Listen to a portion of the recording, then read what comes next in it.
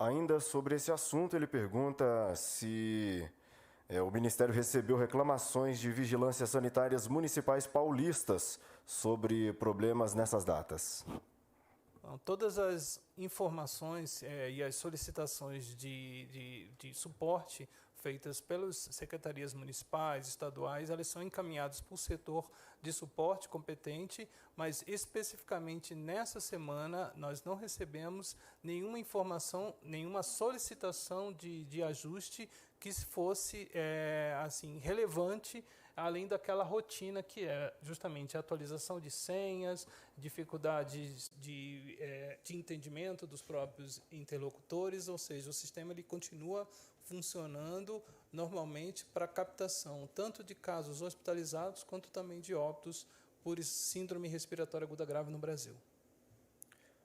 Bom, agora nós vamos com a pergunta da Natália Cancian, da Folha de São Paulo. Ela faz a pergunta: nesta terça-feira, o ministro disse que em janeiro começaria a vacinar todo mundo.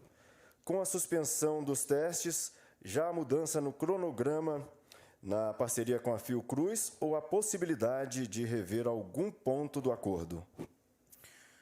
A vacina do laboratório da AstraZeneca continua sendo uma das mais avançadas em questão de estudo e análise clínica.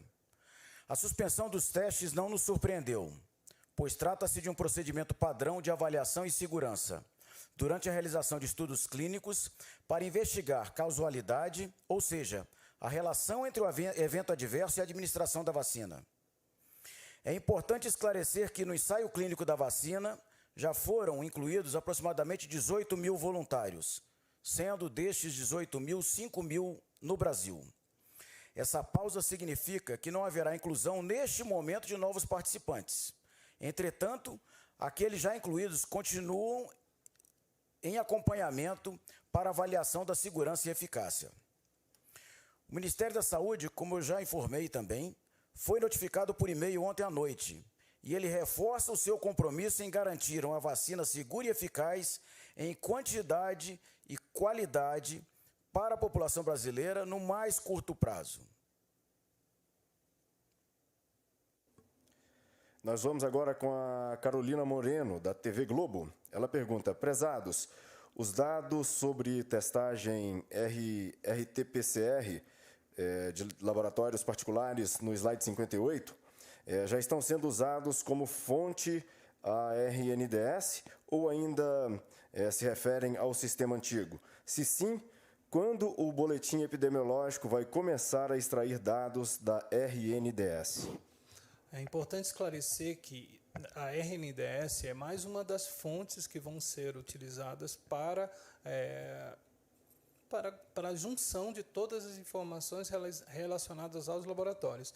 Mas, assim, um resultado de um exame laboratorial por si só, ele tem que ser unido, ou seja, tem que ser fazer parte de um processo de investigação epidemiológica, ou seja, pega-se o resultado laboratorial, junta-se com dados demográficos, dados específicos da pessoa, e para fazer uma composição de uma ficha, dentro de uma ficha de investigação, para que as vigilâncias locais possam confirmar ou descartar cada um desses casos. Então, sim, os dados da RNDS, eles fazem parte já do sistema de informação como um todo, e muitos desses dados que estão na RNDS, eles já fazem parte tanto do sistema de vigilância epidemiológica do ESUS Notifica, para casos leves, como também do CIVEP-Gripe. Os resultados de laboratórios públicos, privados, do GAL, da RNDS, de laboratórios privados, todos eles estão inseridos dentro dos sistemas de informação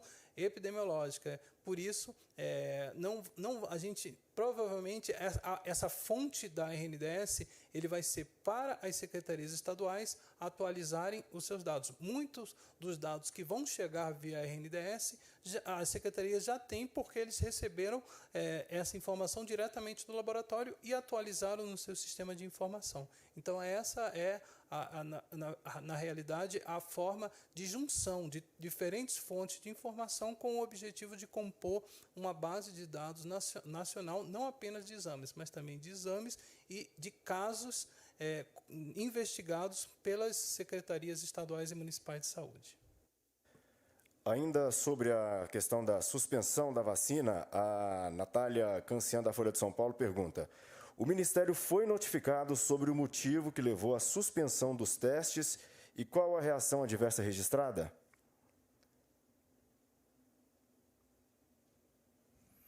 Como eu informei anteriormente, por uma questão de ética em pesquisa, não se sabe qual foi a pessoa ou qual a reação adversa.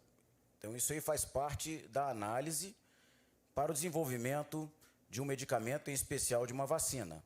Mas o que se sabe é que foi uma reação adversa leve e que essa paciente ou esse paciente já está bem, né, não apresentando maiores complicações.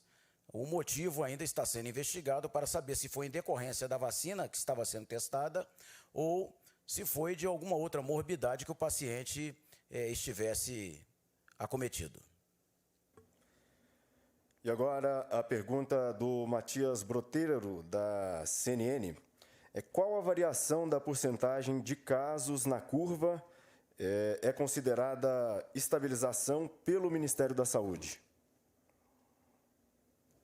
Acho que essa é uma boa pergunta, é uma oportunidade de a gente esclarecer toda a população em relação a como o Ministério da Saúde avalia a situação epidemiológica do Brasil. Existem duas formas de fazer uma avaliação. A primeira é em relação ao número de registros de casos, ou seja, toda vez que um caso é confirmado pela Secretaria Municipal, passa pela Secretaria Estadual, vem para o Ministério da Saúde, esse dado é atualizado nos painéis do Ministério da Saúde e também é utilizado como fonte para a atualização, tanto por painéis como, por exemplo, painéis do CONAS, do Conselho Nacional de Secretários de Saúde, como também de outros órgãos que fazem esse monitoramento de todos os boletins epidemiológicos divulgados pelas Secretarias Estaduais de Saúde. Isso são registros. E para nós, do Ministério da Saúde, a gente considera uma variação de 5% no número de registros entre uma semana e outra, tanto a mais como a menos, como uma estabilização no número de casos. Abaixo de 5% redução e acima de 5% um incremento.